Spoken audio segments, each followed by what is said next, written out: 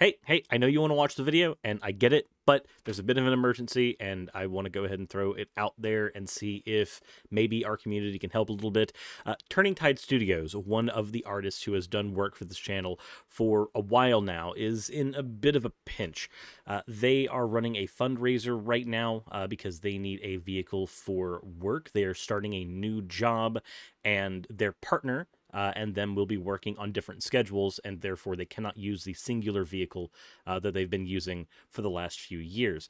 As a result, they are currently not able to start said job, and if they are not able to start said job, they will not be able to actually, afford living in the house that they're living in, which is not the greatest situation in the entire world, and if anyone can help out with that, that would be amazing. Again, I know you guys want to get to the video itself, but this is kind of important to me. There will be a link to both their Twitter and also to their fundraiser, so that in either case, if you guys can either shout out the fundraiser or their Twitter, or you can offer assistance on the fundraiser itself, either way, all that would be appreciated. Retweets, likes, and also donos are all incredibly helpful, and shares if you happen to be one of the boomers who use Facebook. Anyway, let's go ahead and get to the video. Alright, let's start with what's going on with Streamlabs. Now, for those of you who are on YouTube, not much has probably changed. For those of you on Twitch, I have not been doing shit for a while, but I'm back from my vacation, and unfortunately, while I was gone, some drama happened, so we're going to go ahead and cover that. But before we do that, let's go ahead and look at the fan art section. This one is from Scarlet Bunny. They said it's fan art for Raz. It is a Pancham Raziel with Sylveon hair and jumper. And they forgot to mention that this was Fox of Fate, their partner's idea. So, thank you very much, Scarlet Bunny, and also Fox of Fate for the wonderful Raz fan art. If you want your fan art to be shown in a future video, the best way to do so is to drop it into the fan art section of the Discord. With that said, let's go ahead and roll the intro. And now that we're here, oh boy. So for those who don't know, I have been using Streamlabs for all of my stuff for like 2.5 years. Like, I've pretty much exclusively been using them for ages. And then I realized that there's... Really, Growlithe? Really? I guess we're going to have Growlithe just barking during this. But I've been using Streamlabs pretty much exclusively during my course of my time on YouTube and Twitch for pretty much everything. With the exception of video game capture stuff, which I usually have OBS up for. But then this happened. Let's go ahead and get into this. So, Streamlabs will now be dropping OBS from its name after they got called out by the open source app. Now, I was unaware that this whole shit had even happened. But apparently, Streamlabs was not supposed to actually use the OBS name in their title. By calling themselves Streamlabs OBS, this has caused a lot of problems for the developers of OBS. Why does this matter? Well, OBS Studio, which is what I use for game capture and now I'm using for video capture and stream capture, is an open source free platform. Why does that matter? Streamlabs heavily monetized the OBS platform and yanked the name and also did some other shit. Before we get into the topic itself here, let's go ahead and talk about some of the ways that Streamlabs monetized itself. They would take several overlays for streamers, which you can find free on something like Stream Elements, and they would make you pay for them. But it wasn't like you paid for the overlay and then you got to just use the thing. No, you had to get them by being subscribed, $15 a month, World of Warcraft style, to Streamlabs. Also, you can have a link to, have people donate to your PayPal via Streamlabs, but if you have it go through the Streamlabs PayPal link, then, 3% of whatever gets sent to PayPal gets sent to Streamlabs. Now, is there functionally any difference between the Streamlabs link and a regular fucking PayPal link? No? No, not really. Not at all. But that stuff has been there. Now, granted, most of this stuff did not bother me too terribly much because, in my mind, these were some, honestly, kind of bleh practices being done by a company, but it was a software that did everything I needed it to do, and it did it for free, so, Honestly, I wasn't too terribly fazed by most of this at the time until I learned a couple of other things they'd been doing. Apparently, their user interface had been stolen as well. Let's go ahead and take a look at this tweet here that contextualizes this a bit. The team at Streamlabs should be ashamed. Not satisfied enough to ride OBS's hard work, now they copy ours down to the layout and every word on our marketing site and our user experience in this product. Oh. They literally just don't do any of their own work, apparently. They just yank. This is Lightstream. Hey, can I copy your homework? Yeah, just change it up a bit so it's not obvious. So here's Lightstream's advertisement. Let's go ahead and open that in a new tab real quick so we can see it. Lightstream's advertisement for their stuff. OBS's advertisement for their stuff. It is almost a one-to-one. They literally yanked everything almost one-to-one.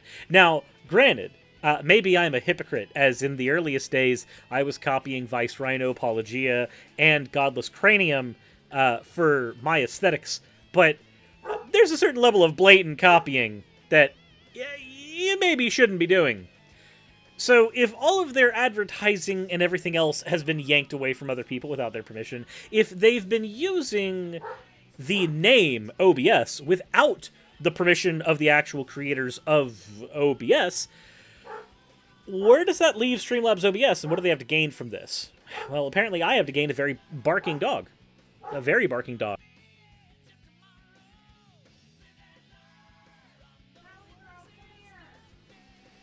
Lightstream sounds like Windstream, my DSL service. It's one thing to stop a style, but you don't just yank an entire site. Yup. So, continuing on here, let's actually read the article itself. Streamlabs has promised to remove the OBS from their name of its live streaming software, Streamlabs OBS, following backlash from streamers and the open-source live streaming platform OBS Studios. OBS says that it asked Streamlabs not to use its name, which stands for Open Broadcasting Software, only to have the company do so anyway, without their permission. Ugh. Streamlabs has also been accused of copying the website and other broadcasting software, with all that drama hashed out on Twitter. The controversy started when Lightstream, another live streaming app maker, tweeted out screenshots of its website right beside Streamlabs saying, "Hey, can I copy your homework?" suggesting that Streamlabs copied Lightstream. Stu Grubbs, the CEO of Lightstream, later retweeted the image saying that the team at Streamlabs should be ashamed. Not enough to ride on OBS Project's hard work. Following Grubb's tweet, OBS got in on the action. In a reply to Grubb, OBS alleges that Streamlabs' name has proven problematic for their brand. OBS says the customers and other companies have confused OBS and Streamlabs due to the OBS abbreviation that Streamlabs tacks onto its name.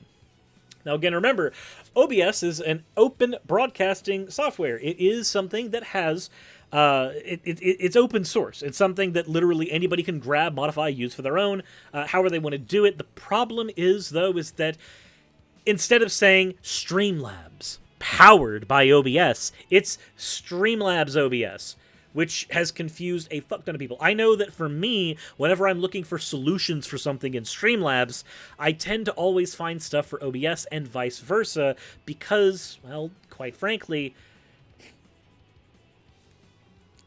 if you know anything about search engine optimization, you're gonna get these things tied into one another.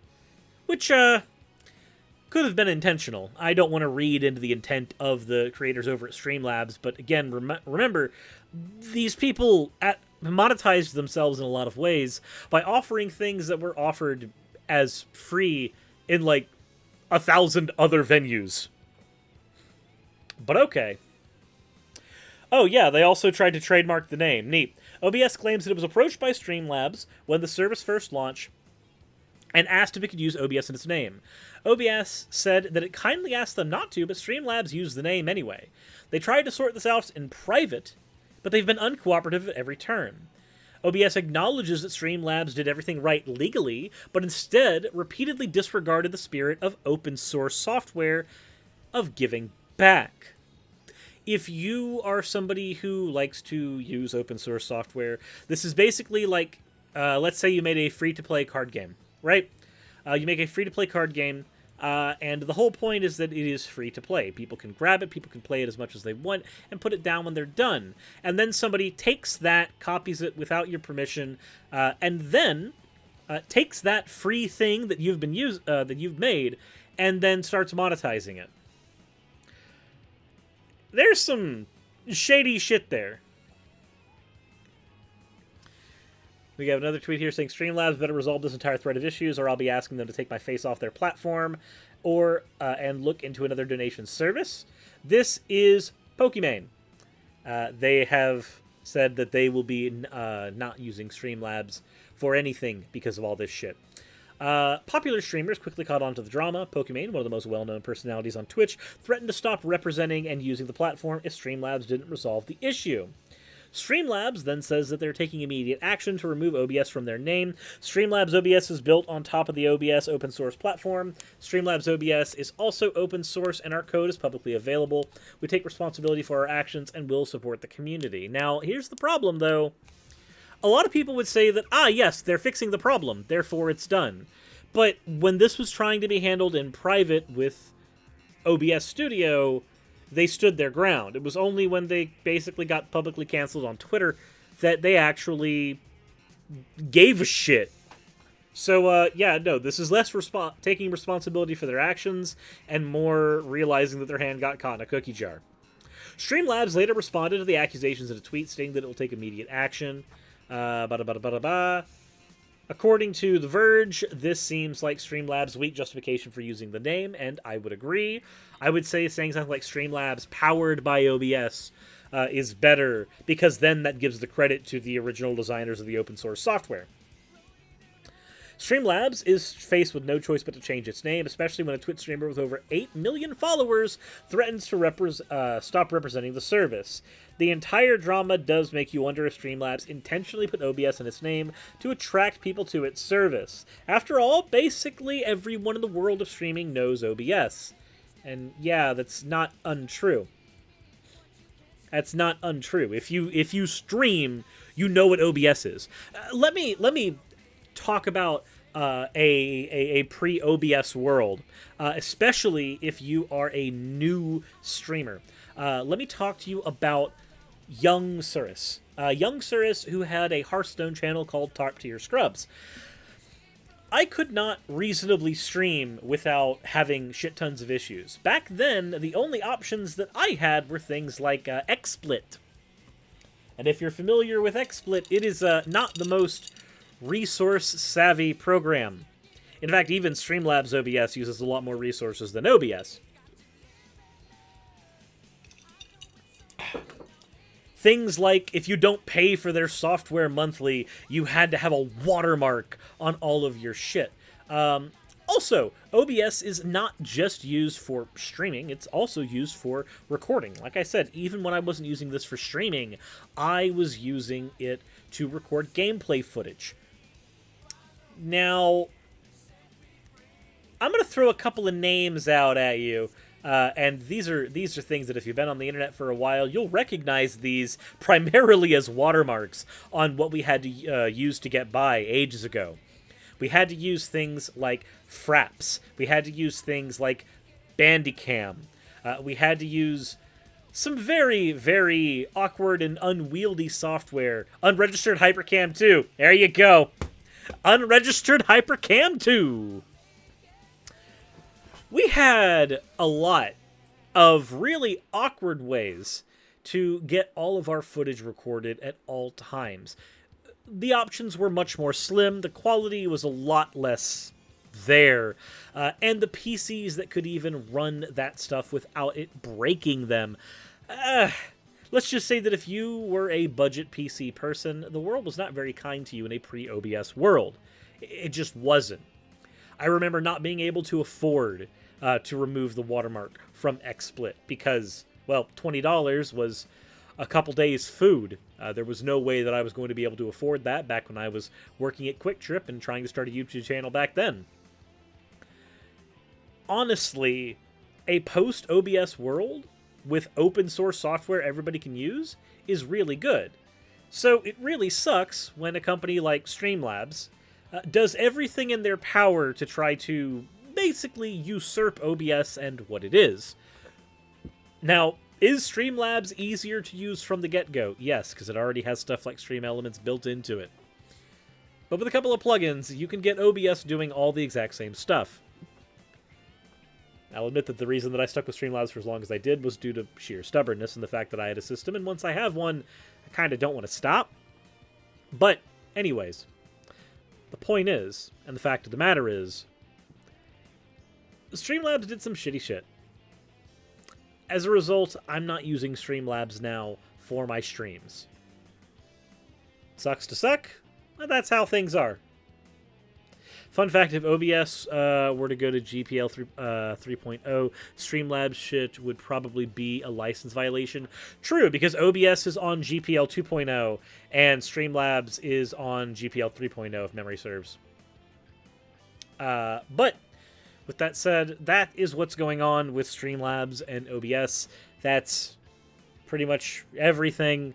I know that for a lot of people it's a nothing burger, but if you are actually a streamer, this is something that probably affects your world in some way, shape, or form. With that said, if you enjoyed this content and what I do, let me know in the comment section below. If you want to support my channel and what I do, the best way to do so is to hop into the description and find some methods to do so there, either via Patreon or Ko-fi, or literally any of the myriad of ways down there. If you want to support the artists who help make this channel what it is, please do so. Their links are all in the description as well. With that said, as always, everyone, insert end of video tagline here. Hey, thank you so much for watching this video. It really means a lot to me. If you want access to behind-the-scenes content for the channel, please consider checking out my Patreon. I do weekly vlogs over there, where I give real-life updates to what's going on behind the scenes on the channel, stuff that you don't really get over here, and even on Twitch. Patreon also helps the channel's stability a whole lot. Without Patreon, I wouldn't be able to do this at all. Especially with the kind of content that I do, neither YouTube nor Twitch are the most stable sources of income. If you are a $20 and up patron, then you will be featured on the ending slides as shown in the beginning of the end credits. If you want to catch the streams where all this content comes from, then consider heading over to Twitch and following. And if you want to continue watching over here on YouTube, maybe consider clicking one of the end screen videos. And once again, I want to thank you so much for spending your time with me over on my channel. I wouldn't be able to do literally anything that I'm doing over here on YouTube without each and every one of you. So, thank you.